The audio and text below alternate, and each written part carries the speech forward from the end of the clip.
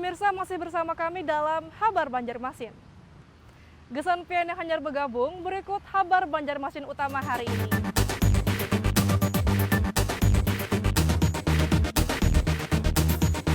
Tempat pemungutan suara TPS 10 di RT 4 RW 10 Kelurahan Bangkal, Kecamatan Cempaka, Kota Banjarbaru, Rabu pagi kemarin porak-poranda diterjang hujan deras disertai angin kencang. Proses pencoblosan pun terpaksa dihentikan sementara waktu.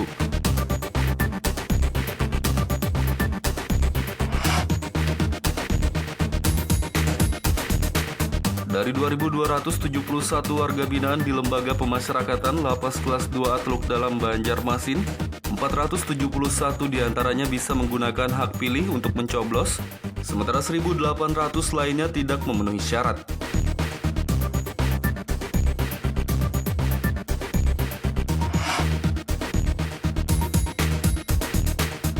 Ada yang cukup unik dan menarik pada pelaksanaan pilkada atau pemungutan suara di beberapa TPS di Banjarmasin, yakni TPS di kolong jembatan dan petugas KPPS yang menggunakan kostum superhero.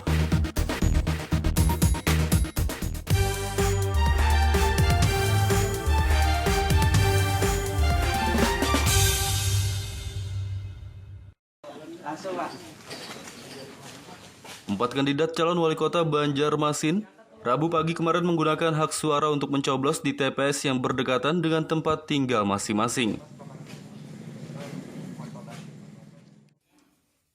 Pemilihan kepala daerah Pilkada Gubernur Kalimantan Selatan dan Wali Kota Banjarmasin berlangsung pada Rabu pagi kemarin dengan penerapan protokol kesehatan karena masih di tengah situasi pandemi COVID-19. Tampak masyarakat Banjarmasin berdatangan ke tempat pemungutan suara atau TPS untuk menggunakan hak pilihnya. Tidak hanya masyarakat, 4 calon wali kota Banjarmasin pun juga menggunakan hak pilih mereka di TPS yang berdekatan dengan kawasan tempat tinggal masing-masing.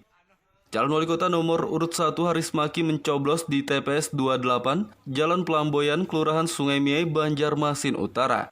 Calon wali kota nomor urut 2 Ibnu Sina mencoblos di TPS 02, Jalan Banjar Indah 6, Banjarmasin Timur. Sementara nomor urut 3 Hairul Saleh menggunakan hak pilihnya di TPS 23 Jalan Nakula, Banjarmasin Selatan.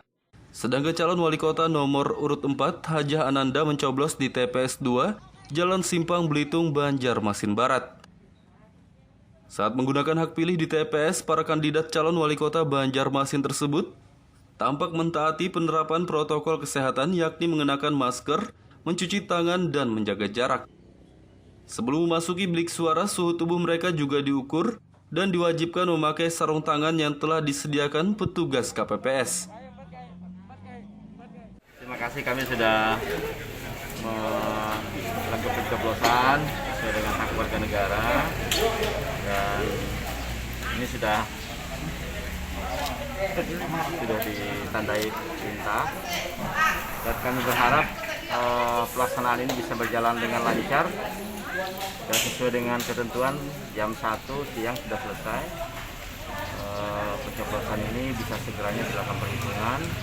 Tentu kami juga berharap bahwa proses demokrasi yang ada di Banjarmasin bisa lebih baik lagi karena seluruh kontestan saat paslon-paslon itu berkampanye.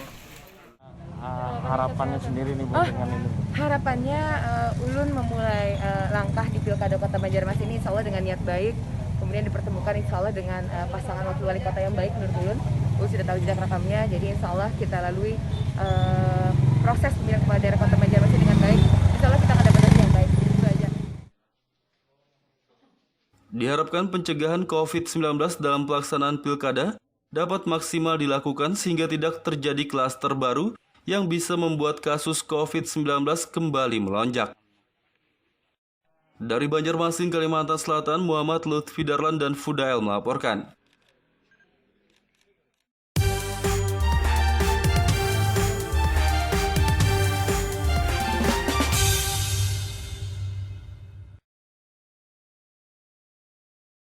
Ketiga calon bupati Kabupaten Banjar, Rabu pagi kemarin juga menggunakan hak suara untuk mencoblos di TPS di dekat kawasan tempat tinggal masing-masing. Tiga kandidat calon Bupati Banjar, yakni Saidi Mansur, Andin Sofianur, dan Haji Rusli, Rabu pagi kemarin menggunakan hak suara masing-masing untuk memilih atau mencoblos di tempat pemungutan suara atau TPS.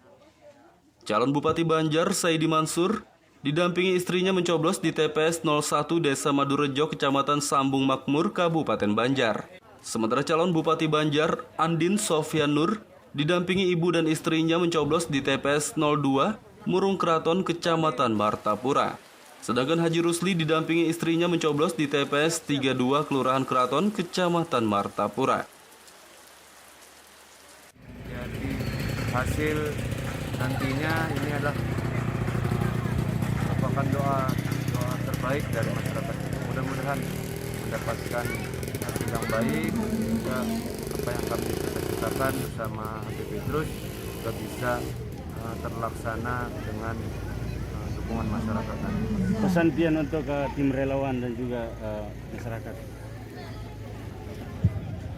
Kepada para relawan, kepada simpatisan, dan juga kepada masyarakat untuk menggunakan hak pilihnya, jangan golput.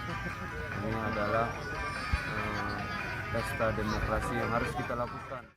Keberkahan pada hari ini membawa kondusivitas ya. Kita berjalan dengan kondusif, pemilu hari ini damai, pemilunya jujur, dan insya Allah mudah-mudahan ke depan setelah pemilu ini 3 jam kemudian, jam 1, jam 3, kita sudah bisa dengarkan nanti siapa nanti pemimpin Kabupaten Banjar. Alhamdulillah kawan-kawan, saya disertai dengan ibu tercinta saya dan istri, termasuk anak, tapi ada di belum mencoblos. Tadi kan saya katakan, saya serahkan kepada masyarakat, jadi kita tidak membuat prediksi bahwa oh ini kantong-kantong ini, tidak. Artinya semua di Kabupaten Banjar ini kan ya yang memilih masyarakat. Jadi silakan. Jadi kalau kita punya prediksi bahwa kantong suara di sini kan itu sudah mendului itu. Usai menggunakan hak suaranya, ketiga calon Bupati Banjar kembali ke posko pemenangan masing-masing guna memantau proses quick count atau hitung cepat. Dari Kabupaten Banjar, Kalimantan Selatan, Muhammad Lutfi Darlan dan Fahmi melaporkan.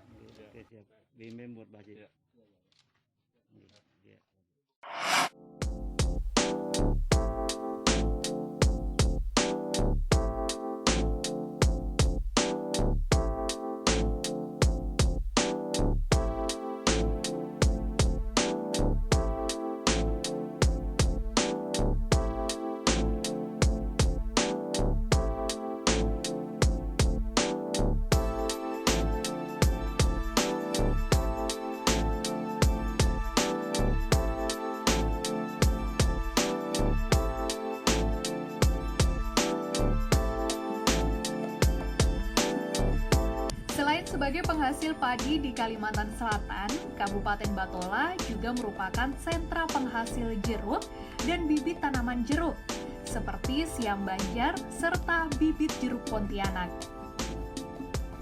Tepatnya di Desa Sungai Kambat, Kecamatan Cirebon, Kabupaten Batola ini, usaha pembibitan tanaman jeruk siam Banjar dan jeruk Pontianak sudah sejak puluhan tahun lalu dilakoni oleh sebagian warga di desa ini.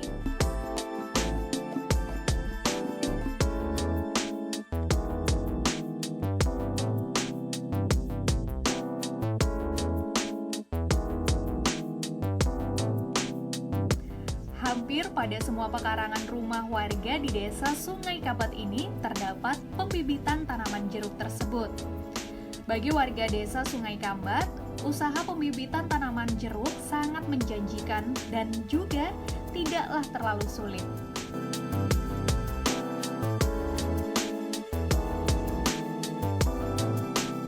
Dari proses awal penyemaian bibit jeruk hingga siap tanam, diperlukan waktu kurang lebih 8 bulan hingga 1 tahun. Sedangkan untuk harga pohon jeruk mencapai Rp15.000 per pohonnya. Salah satu pembudidaya tanaman bibit jeruk, yaitu Wahid, mengaku dirinya lebih mengutamakan berkebun jeruk ketimbang bertani padi, karena penghasilannya lebih menguntungkan.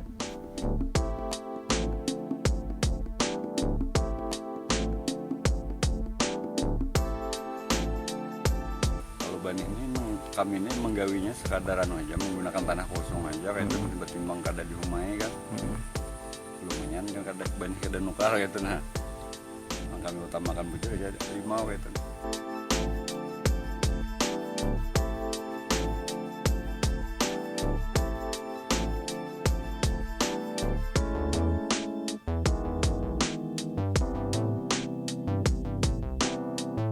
Sementara itu, Kepala Desa Sungai Kambat, Wahida, mengatakan sekarang ada terdapat 75% warganya sebagai pembudidaya bibit jeruk, dan dari tahun ke tahun jumlah pembudidaya bibit jeruk ini semakin bertambah.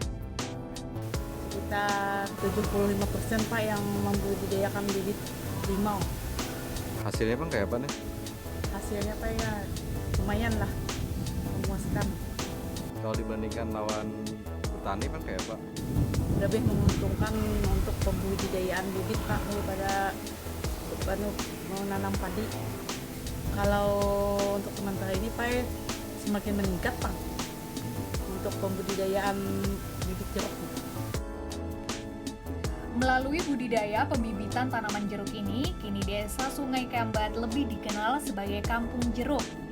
Karena selain sentra penghasil tanaman jeruk, desa ini juga sebagai penghasil buah jeruk yang cukup banyak dan terkenal sangat manis jeruknya. Muhammad Lutfi Darlan melaporkan dari Batola, Kalimantan Selatan.